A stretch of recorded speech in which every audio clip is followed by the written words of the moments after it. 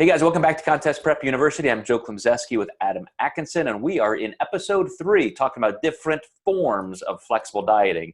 And Adam, you gave us the perfect entree to this one by even just bringing up the term structured flexibility. So where we left off, I was describing how you need to have some values-based, principled eating guidelines, healthy enough foods that you can still hit your goals in terms of health, but also your competitive endeavors, your fat loss endeavors, making it easier for yourself, because sometimes some structure and whole food, healthy stuff really does make it easier. There is a difference if you're eating nothing but crap all day long in how you're gonna feel, how hunger and cravings will manifest or not. Yeah, absolutely.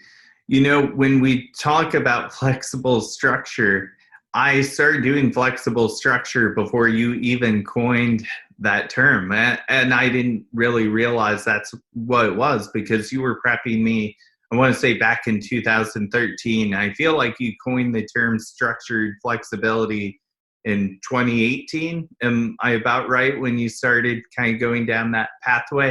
I think it was even earlier than that. I think it was probably 5 or 6 years ago. I remember writing an article about that. Yeah, so it was just maybe post 2013. What I would do is I would basically meal plan for the hours, well, breakfast and through the hours that I was at work training clients at the gym. And my last meal of the day, I said, was kind of my flex meal. Whatever my wife was cooking, she knew typically about how many grams of carbs I could have, but she would cook potatoes and I would just have to weigh them. But whatever she cooked at night, I was always able to fit into my plan. Or if she wasn't home, I would make one of my favorite meals, which was one of those miniature flatbread pizzas. I always loved those things. And I would always save a little bit of fat for the end of the day so I could have some variance based on what she was cooking. And that worked out wonderfully for me. You know, I think for general population clients as well as competitors, this will always be a personal blend of how much structure and flexibility you need. So I just like to have more predictable, consistent variables in my nutrition. I have not competed in almost 2 decades now, and yet every day my breakfast is the same. Every day my lunch is the same. Every day my pre-workout is the same. It's literally a granola bar, unless I bring something from home, like I mentioned the cookies last time. And then exactly like you described, I have no idea what we're gonna have for dinner that night, but I can control my portions. And even when I was competing, my wife was the same way. If she was making some kind of a casserole type thing that my kids would be more inclined to eat, she would just save out some of those raw ingredients. Hey, I left out a chicken breast for you. I left out 5 or 6 ounces of lean ground beef, and you can do whatever you want with it, but I knew you wouldn't want this particular meal. So it's just so helpful.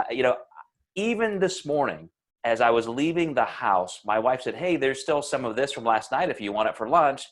And I said, "No, I eat the same thing for lunch every day. It's at work." And I could have said, "Oh, wow, look, that'll be fun. I get something new."